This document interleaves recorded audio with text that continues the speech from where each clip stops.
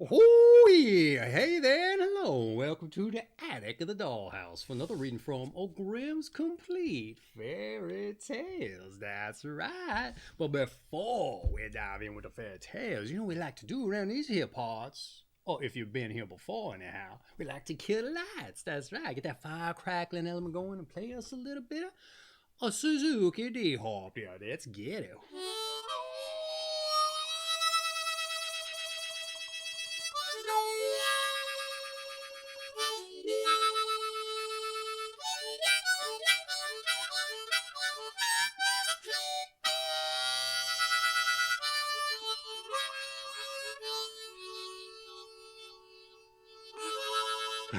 All right, screwing around now. Oh, more like. That's right. Hey, what are we reading tonight? They may be wondering. After all my lackluster harp playing, it was more about the presentation, if any like. We're gonna be reading us a little fairy tale by the name of A Gambling Hansel. All right, let's get it. Gambling Hansel. Once upon a time, there was a man who did nothing but gamble. And for that reason, people never called him anything but a gambling Hansel. And as he never ceased to gamble, he played away his house and all that he had. Now, the very day before his creditors were to take his house from him, came the Lord and St. Peter and asked him to take him, then he asked him to give them shelter for the night. And then Gambling Hansel says, "For my part, you may stay the night, but I cannot give you a bed or anything to eat."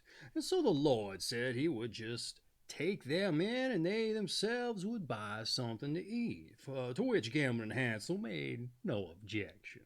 And thereupon St. Peter gave him 3 Goshen, or Groshen rather, whatever those may be, and said he was to go to the baker and fetch some bread. So Gambling Hansel went, but when he reached the house where the other gambling vagabonds were gathered together, they, although they had won all he had, greeted him glamorously, and said, "Hansel, do come in." "Oh," said he, "do you want to win the 3 Groschen too?" On this they would not let him go, and so he went in and played away the 3 Groschen also. Meanwhile, St. Peter and the Lord were awaiting, and as he was so long in coming, they set out to meet him. When Gambling Hansel came, however, he pretended that the money had fallen into the gutter, and kept ranking about in it all the while to find it. But our Lord already knew that he had lost it in play. St. Peter again gave him 3 Groschen, and now he did not allow himself to be led away once more, but fetched them the loaf. And our Lord then inquired if he had no wine, and he said, "Alack, sir, the casks are all empty." But the Lord said he was to go down into the cellar, for the best wine was still there. And for a long time he would not believe this, but at length he says, "Well, I will go down, but I know that there's none there." When he ran the tap through, however, lo and behold, the best of wine ran out. So he took it to them, and the two passed the night there. The next day the Lord told Gambling Hansel that he might beg of 3 favors. The Lord expected that he was to ask to go to heaven, but Gambling Hansel asked for a pack of cards with which he could win everything, for dice with which he could win everything, and for a tree whereupon every kind of fruit would grow, and from which no one who had climbed up could descend until he bade him do so. The Lord gave him all that he had asked, and departed with St. Peter. And now Gambling Hansel at once set about gambling in a real earnest, and before long he had gained up half the world. And upon this, the St. Peter said to the Lord, "Lord, this must not go on. He will win, and thou lose the whole world. We must send death to him." And when Death appeared, Gambling Hansel had just seated himself at the gambling table, and Death said, "Hansel, come out a while." But Gambling Hansel said, just wait a little until the game is done. And in the meanwhile, get up in that tree out there and gather a little fruit that we may have something to munch on our way. Thereupon Death climbed up, and when he had wanted to come down again, he could not. And Gambling Hansel left him up there for 7 years, during which time no one died. So St. Peter said to the Lord, Lord, this thing must not go on. People no longer die.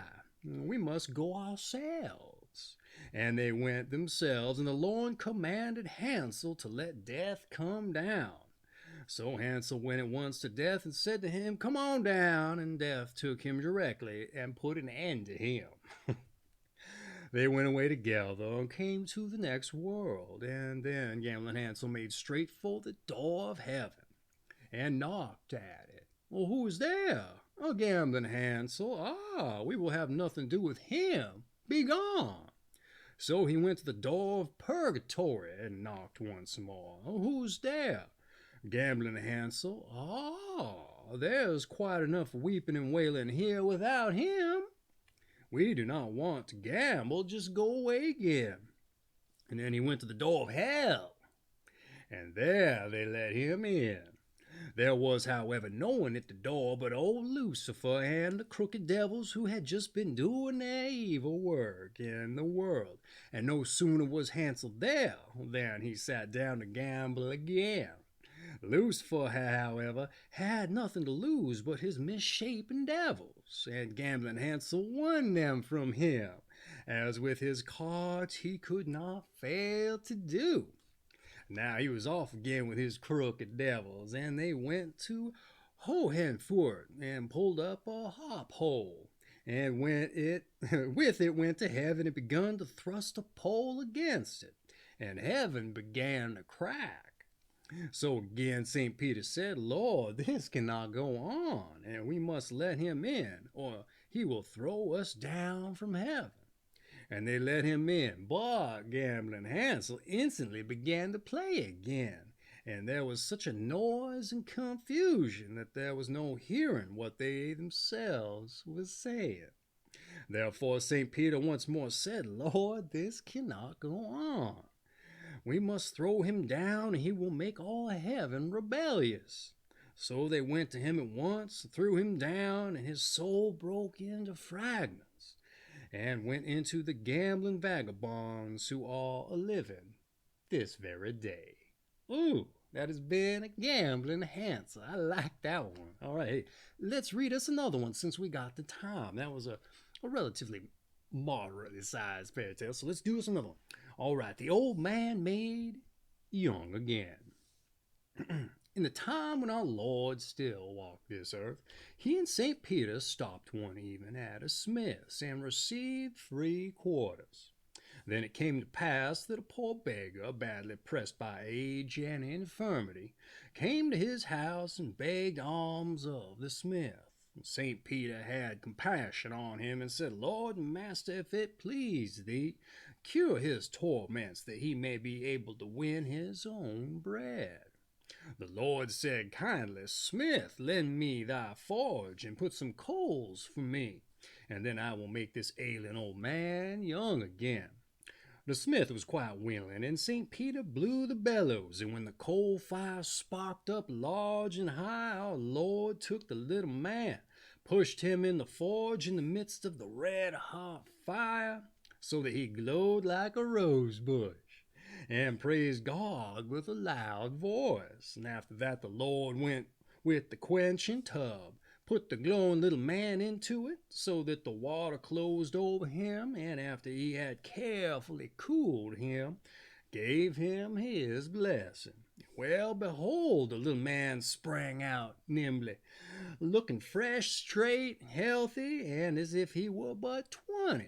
The smith, who had watched everything close and attentively, invited them all to supper. He, however, had an old, half-blind, crooked mother-in-law, who went to the youth, and with great earnestness asked if the fire had burnt him much.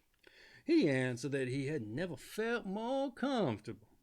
and that he had sat in the red heat as if he had been in a cool dew.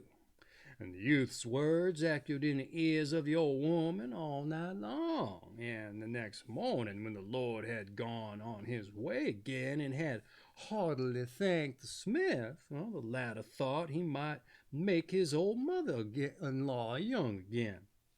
Likewise, I said, and he had watched everything so carefully, and it lay in the province of his trade. So he called to ask her if she too would like to go a-bounding about like a girl of 18. She said, with all my heart, as the youth has come out of it so well.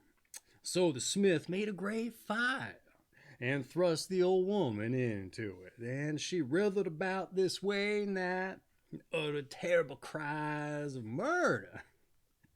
Sit still, why art thou screaming and jumping about so? Cried he, and as he spoke he blew the bellows again until all the rags were burnt, and the old woman cried without ceasing. And the smith thought to himself, I have not quite the right art, and took her out and threw her in the cooling tub. And then she screamed so loudly that the smith's wife upstairs and her daughter-in-law heard. And they both ran downstairs, saw the old woman lying in a heap in the quenching tub, howling and screaming, and with her face wrinkled and shriveled and all out of shape.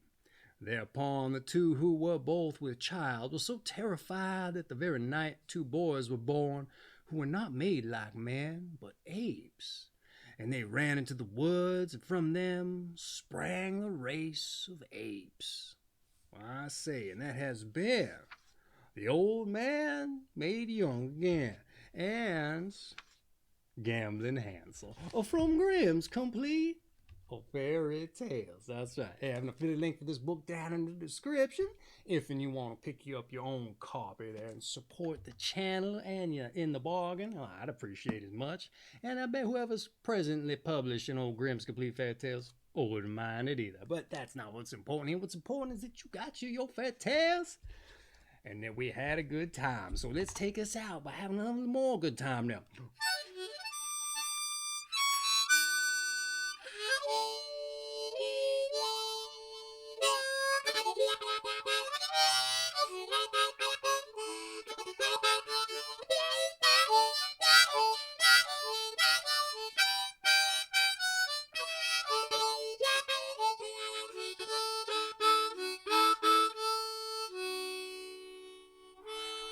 All right, there. I hope to see you again. That's right. And with that, I just want to say, kiss it to your missus, boy, and tip of my hat to your old cat. Now, you come on back again now you hear. You better. Hope you do. All right, there. You have a good evening, morning, or afternoon, wherever you might be, whatever time there. You take care of yourselves. So come on back again now. Yeah, thanks. Hope you did well. Take care. Have fun. All that good stuff. Night, night.